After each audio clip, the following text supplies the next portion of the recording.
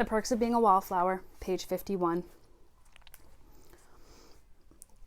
Every time we go to see my Aunt Helen's grave, my mom and I like to talk about something really great about her. Most years it's how she let me stay up late to watch Saturday Night Live. And my mom smiles because she knows that if she was a kid, she would have wanted to stay up late and watch too. We both put down flowers and sometimes a card. We just want her to know that we miss her and we think of her and she was special. She didn't get enough of that when she was alive, my mom always says. And like my dad, I think my mom feels guilty about it. So guilty that instead of giving her money, she gave her a home to stay in. I want you to know why my mom is guilty. I should probably tell you why, but I really don't know if I should. I have to talk about it with someone. No one in my family will ever talk about it. It's just something they don't. I'm talking about the bad thing that happened to Aunt Helen they wouldn't tell me about when I was little. Every time it comes to Christmas, it's all I can think about deep down. It's that one thing that makes me deep down sad. I will not say who. I will not say when. I will just say that my Aunt Helen was molested. I hate that word. It was done by someone who was very close to her. It was not her dad. She finally told her dad. He didn't believe her because of who it was, a friend of the family. That just made it worse. My grandmother never said anything either, and that man kept coming over for visits. And my Aunt Helen drank a lot, and my Aunt Helen took drugs a lot, and my Aunt Helen had many problems with many boys. She was a very unhappy person for most of her life. She went to hospitals all the time, all kinds of hospitals. Finally, she went to a hospital that helped her figure things out to try and make things normal. So she moved in with my family. She started taking classes to get a good job. She told her bad last man to leave her alone. She started losing weight without going on a diet. She took care of us so my parents could go out and drink and play board games, and she let us stay up late. She was the only person other than my mom, dad, brother, and sister to buy me 2 presents, one for my birthday and one for Christmas. Even when she moved in with the family and she had no money, she always bought me 2 presents, and they were always the best presents. On December 24th, 1983, a policeman came to the door. My Aunt Helen was in a terrible car accident. It was very snowy. The policeman told my mom that Aunt Helen had passed away. He was a very nice man because when my mom started crying, he said that it was a very bad accident and my Aunt Helen was definitely killed instantly. In other words, there was no pain. There was no pain anymore. The policeman asked my mom to come down and identify the body. My dad was still at work. That was when I walked up with my brother and sister. It was my 7th birthday. We all wore party hats. My mom made my sister and brother wear them.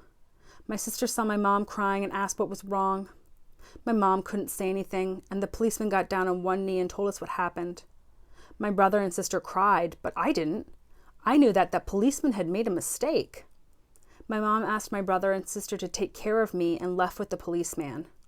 I think we watched TV. I don't really remember. My dad came home before my mom. Why the long faces? We told him. He did not cry. He asked if we were okay. My brother and sister said no. I said yes. The policeman just made a mistake. It is very snowy. He probably couldn't see. My mom came home. She was crying. She looked at my dad and nodded. My dad held her. That's when I figured out that the policeman didn't make a mistake. I don't really know what happened next, and I never really asked. I just remember going to the hospital. I remember sitting in a room with bright lights. I remember a doctor asking me questions. I remember telling him how my Aunt Helen was the only one who hugged me. I remember seeing my family on Christmas Day in a waiting room. I remember not being able to go to the funeral. I remember never saying goodbye to my Aunt Helen. I don't know how long I kept going to the doctor. I don't remember how long they kept me out of school. It was a long time, I know that much. All I remember is the day I started getting better because I remember the last thing my Aunt Helen said to me just before she left to drive in the snow. She wrapped herself in a coat. I handed her the car keys because I was the one who could find them. I asked Aunt Helen where she was going. She told me that it was a secret. I kept bugging my Aunt Helen what she loved. She loved the way I could keep asking her questions. She finally shook her head, smiled, and whispered in my ear, "I'm going to buy your birthday present." That's the last time I ever saw her. I like to think my Aunt Helen would have had that good job by now. I like to think she would have met a good man. I like to think she would have lost the weight she always wanted to lose without dieting. Despite everything my mom and dad and doctor have told me about blame, I can't stop thinking about what I know. And what I know is that my Aunt Helen would still be alive today if she just bought me one present like everybody else. She would still be alive if I were born on a day that didn't snow. I would do anything to make this go away. I miss her terribly. I have to stop writing now because I'm too sad. Love always, Charlie. December 30th. The day after I wrote you, I finished The Catcher in the Rye. I have read it 3 times since. I really don't know what else to do. Sam and Patrick are finally coming home tonight. I won't get to see them. Patrick is going to meet Brad somewhere, and Sam is going to meet Craig. I'll see them both tomorrow at the Big Boy, and then at Bob's New Year's Eve party.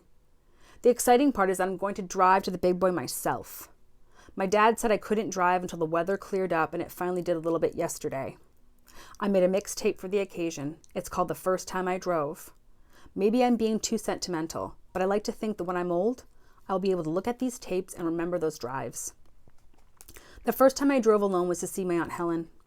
It was the first time I ever went to see her without at least my mom. I made it special.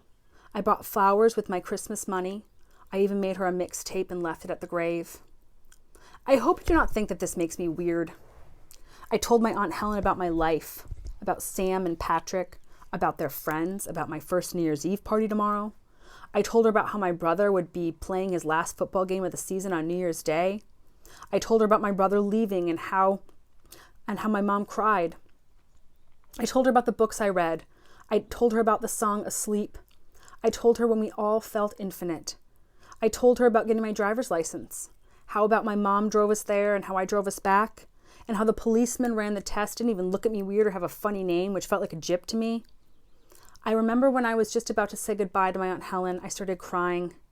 It was a real kind of crying too, not the panicky type that I do a lot. And I made Aunt Helen a promise to only cry at important things because I would hate to think that crying as much as I do would make crying for Aunt Helen any less than it is. Then I said goodbye and I drove home. I read the book again that night because I knew if I didn't, I would probably start crying again, the panicky type I mean. I read until I was completely exhausted and had to go to sleep. In the morning, I finished the book and started immediately reading it again. Anything to not feel like crying, because I made that promise to Aunt Helen, and because I don't want to start thinking again. Not like I have this last week. I can't think again, not ever. I don't know if you ever felt like that you wanted to sleep for 1,000 years, or just not exist, or not be aware that you do exist, or something like that. I think wanting that is very morbid.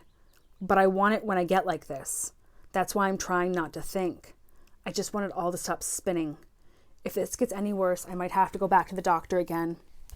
It's getting that bad. Love always, Charlie.